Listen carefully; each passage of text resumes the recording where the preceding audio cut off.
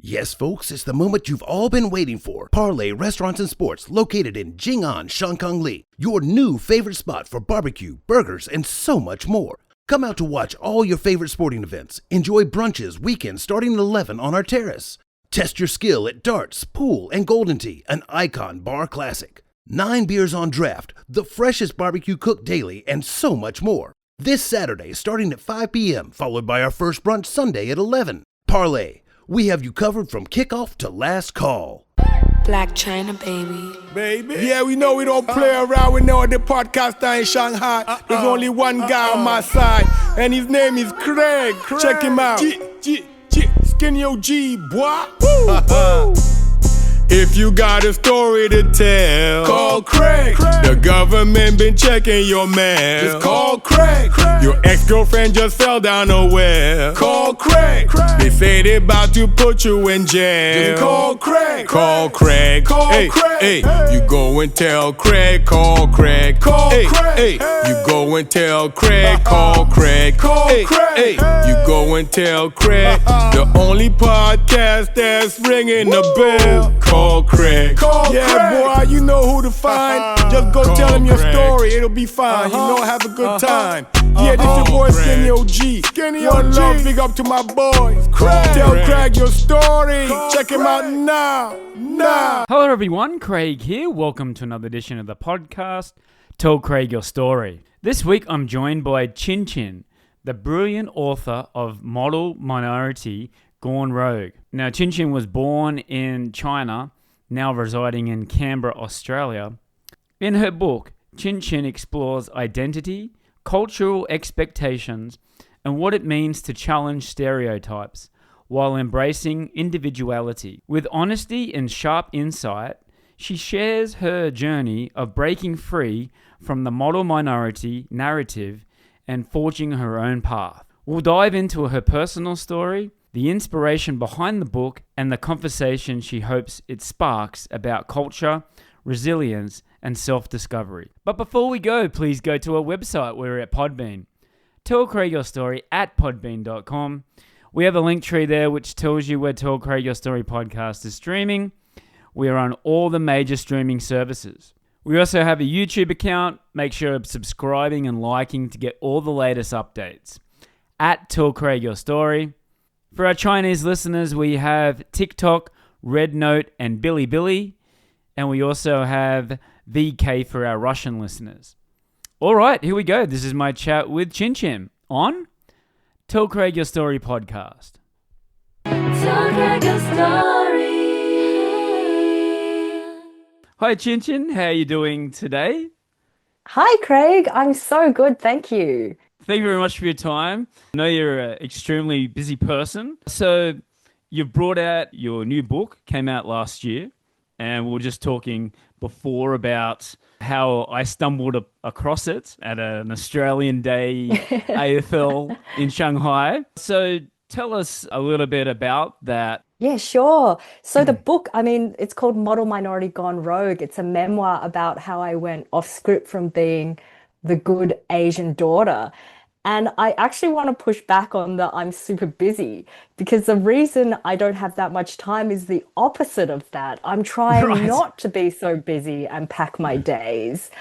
And that is basically what the book is about, unlearning all the program scripts that I grew up with of being, so 乖 and 老师 and 懂事, that the typical good Asian girl. And you can see on the front cover that was who I was at 5. She's a cute little girl wearing gumboots, smiling for the camera. So and cute. These days, yeah, she's very cute. And at the same time, she grew up to be a really unhappy high achiever that wanted to figure out, surely there must be more to life than just listening to what other people want me to do. Yes. So in terms of the best response or the most shocking response is, it's not just other good Asian women who talk to me and like, oh my God, I feel so seen. I want to escape as well. You've given me courage. But it's people I wouldn't have expected that were like, my dad was a footy coach and I never felt like I fit in with that footy team. And I just had Yes. to pretend that I was like one of the boys when I was really sensitive. Yes. So the whole point is like, how can we be more of who we truly are, not what others expect of us? Yeah, absolutely. And you speaking of your parents, what was their reaction to it? Yeah, well, my writer mentor friend said, don't expect your relatives or friends to have read the book. And even if they do, don't expect them to say anything about it.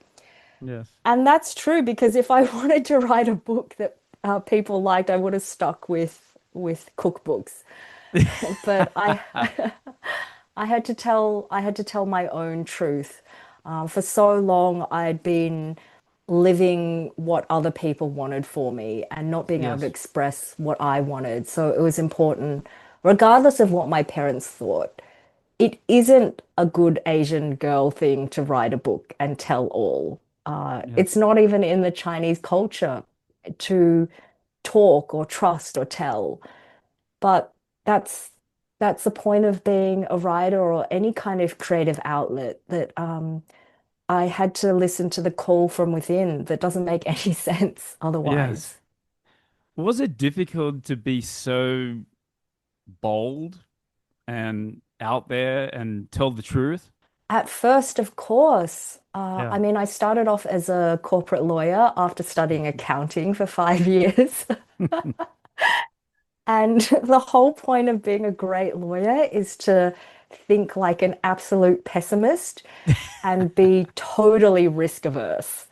Yes. So I went from that, and it was only because of, feeling desperately on having so many different quarter life crises, um, family tragedies, Mm. life crises, that Yes. I was like, well, screw this. I can't hold back anymore. But it's an Yes. ongoing task, right? There are still so many ways that I'm probably, trapped. And the point is to be consciously aware or open-minded to unlearn those things. And I can give you an Yes. example. I mean, the recent one is like it's that cult of productivity. It's so ingrained, especially in China, right? You see 5-year-old kids who are doing homework until like 10 p.m. I was Yeah. doing that in Australia. My mom, my mom got maths books imported from China in the 90s, and I would do them in Yeah. the school holidays. And even as a writer now, I worked the hardest I ever did on this book. Yeah. And so I'm learning, to slow down and still not work as hard. And I've seen that. And so interesting that 4 and 5 year old kids here in Shanghai, I'm getting in trouble because I'm not giving them enough homework. You know Oh what I my mean? goodness. Yeah. Yeah. They're What do you 4 years say to the old. parents? Yeah. Oh, my And heart. they're saying, Craig, you're not giving them enough homework. And it's like they're 4 years old. They should be playing in the mud. And Exactly. that was the one thing that I could relate about in the book. So tell us a little bit about your Exactly. teaching experiences in Australia, because to be honest, that's one of the maybe not a fear, but something that I'm a little bit conscious of, that if I was to come back to Australia and teach in Australia, is like, do I really want to do that? Oh, that education question of East and West is underpinned by such different cultures. If you ask a Chinese person, what are the words that come to mind when you think of learning or education, they'll tell you completely different things from a person that grew up in the West. Yeah. When I think of education or when we think of schools, because we both grew up in Australia, and like we think probably fun or playing or like Yeah. friendship. And yeah, if you ask a Chinese person about what comes up if you think of schools, it's yeah, rote learning. So it's Absolutely. difficult.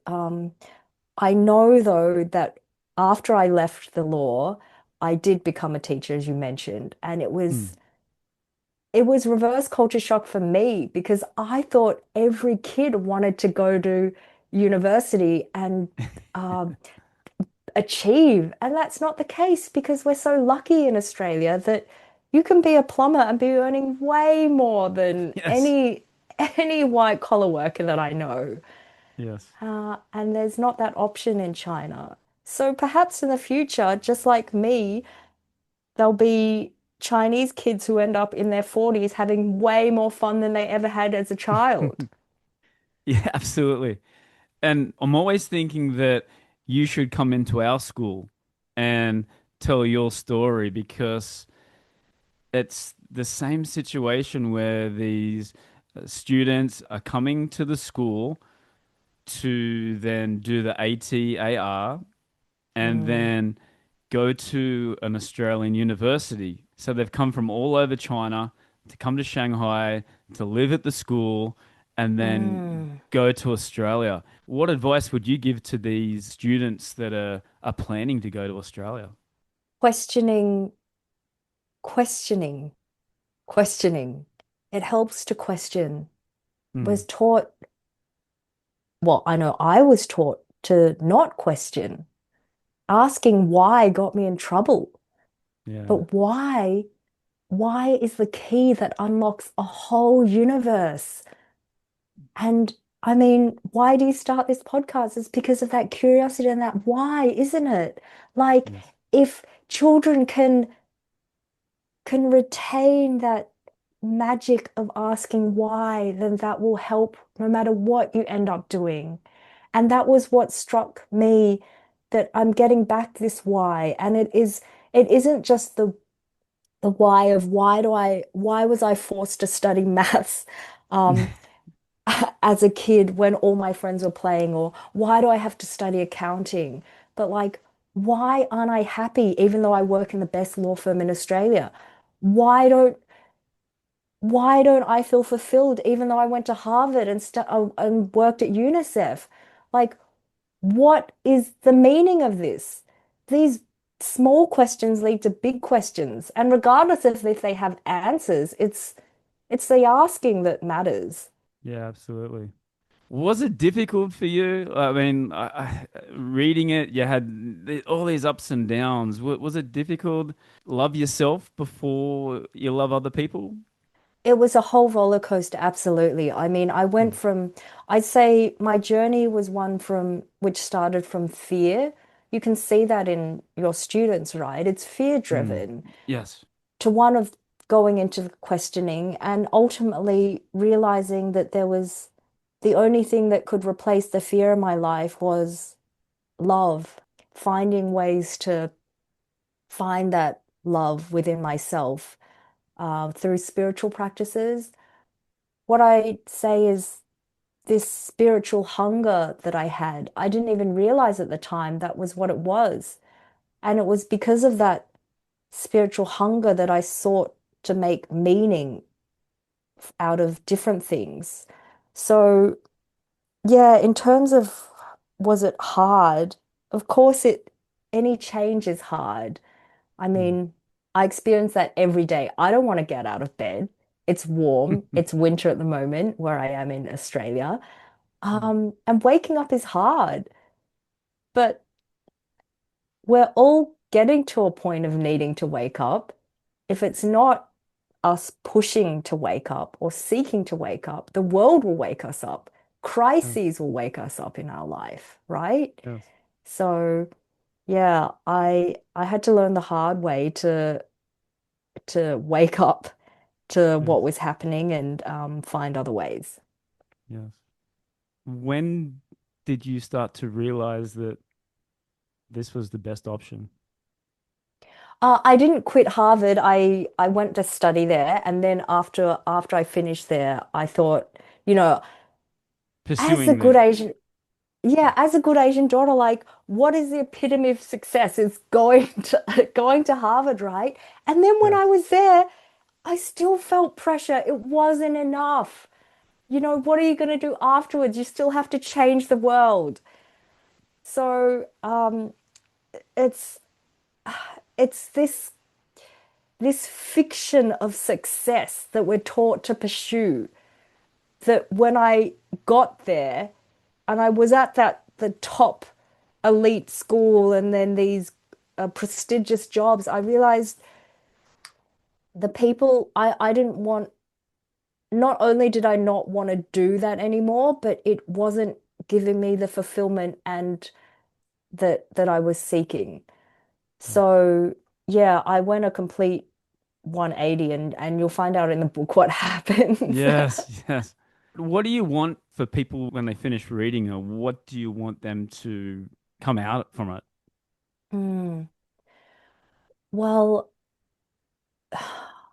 there's a lot of people who are probably not feeling very fulfilled and going through the motions. You can see that every day in Shanghai, right? Even in Yes. Australia, we live such comfortable lives, but are we happy? Are we fulfilled? And I hope that my example, because my example shows there is another way. It's not do it my way, because that's exactly the opposite of what I needed to do, not listen to other people, but know that there are people out there who are doing what they love, because I am now. And if you stop and be still enough to listen to that small, quiet voice within, that is your North Star, and that can be your compass and your guiding point. When I started listening to that small, quiet voice more, I remembered that I loved stories. I loved books, and now I'm a librarian. I Yes, work at a writers' festival and I write. It's a miracle. absolutely. What are your challenges or what are your goals for the future? You are asking a recovering type A about what my goals are. My goals are now to have no more goals, no more 10-year plans. You know, after the Right. book was published, I'm like, it needs to be a bestseller. I need to get all the awards. I'm going straight back into the gold stars, and that I need to undo that programming. Yes. Can I let go and surrender to what might happen if I do? What if I don't have a 5-year plan? What if I don't have any goals anymore? What might life look like? How might that feel inside? Probably a lot more freeing. I could Yeah. probably breathe easier. My Yeah. shoulders are probably a lot less tense. Do what makes you happy, right? I mean, that's a platitude and a cliche Mm. until I can live it. Right. Yeah. It's not just, yeah, it's not just a bumper sticker, because this happiness, or this, I would say it's more than just happiness, it's a state of joy. It's our natural state as humans. And I know this is getting more into spiritual terms, but there is a reason why we feel so unfulfilled doing certain things, because it's a signpost to tell us, or at least it was a signpost to tell me that I wasn't on the right track. Yes. And until I listened to it and got out of denial, then I was going to keep on going down the wrong path. Yeah. We don't have a physical map to tell us if we're on the right path, but we can use our own body as and our own inner voice to guide us in the right direction to that path of joy and peace. Very inspiring, Chin Chin. Where can we get this book for It's people who want? available, yeah. Most of your podcast listeners, which country are they from, Craig? Australia and the US and the expats in China. Oh, awesome. Okay. So in the US, it is available at all bookstores and online, also in Australia. And in China, you can contact me, and I have a friend who is selling them in China. Awesome. And social medias, where can we find you? I have love-hate relationship with social media, so right now I'm not on it. I need to maintain my focus. Good, good, good. And I am a internet and technology addict, so I have to deliberately be very careful not to go on, because that is my crack. Just like my sister. My sister is exactly the same. She's not on any Facebook, Instagram, Twitter, no social medias, and she has a That's happy life. incredible. She does. Exactly. Yeah. So Yeah. thank you very much for your time. A really inspiring story. And I really hope that our listeners can read it and then be inspired to live their own journey. Thank you so much, Craig. It's basically me having a good yarn with someone over a cup of coffee. That's how I've written it. Yeah, absolutely. Is there going to be a second book? Probably sticking with some fiction at the moment. Yeah, Okay. I'll have to live another 40 years to write another memoir. All right, Qin Qin, thank you again for your time, and all the best. Thank you so much, Craig. It's been fantastic.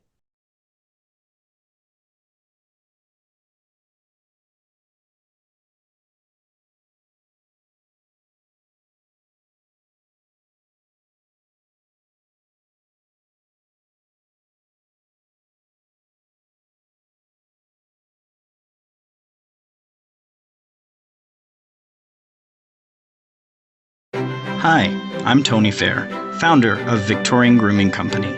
Is your beard feeling dry or the skin underneath itchy? Maybe you'd rather soften and tame your beard instead. Our classic collection of beard oils, balms, and soaps will leave your beard looking, feeling, and smelling amazing. And if you prefer shaving, our pre-shave oils and shave soaps will give you a smooth and razor burn-free shave. Handmade in Edmonton with natural ingredients. Visit victoriangrooming.com.